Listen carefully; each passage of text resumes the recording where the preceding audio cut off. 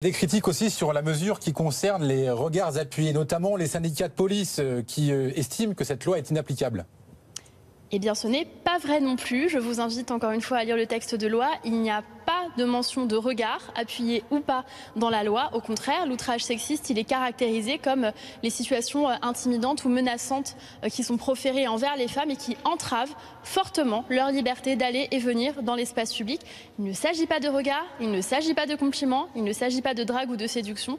Il s'agit bien des comportements qui sont menaçants, insultants et qui pénalisent les femmes. Je rappelle que 8 jeunes femmes sur 10 ont peur de sortir seules le soir dans la rue. En France, en 2018, c'est contre cela que nous nous battons et pas contre autre chose. Il faut toutefois constater les faits, Marianne Chapa.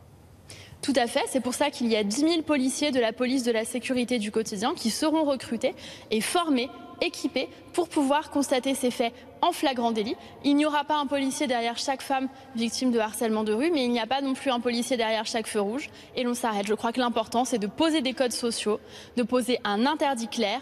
Les lois de la République française, elles interdisent désormais d'invectiver, d'intimider, de menacer, de suivre des femmes dans l'espace public. C'est un progrès de civilisation.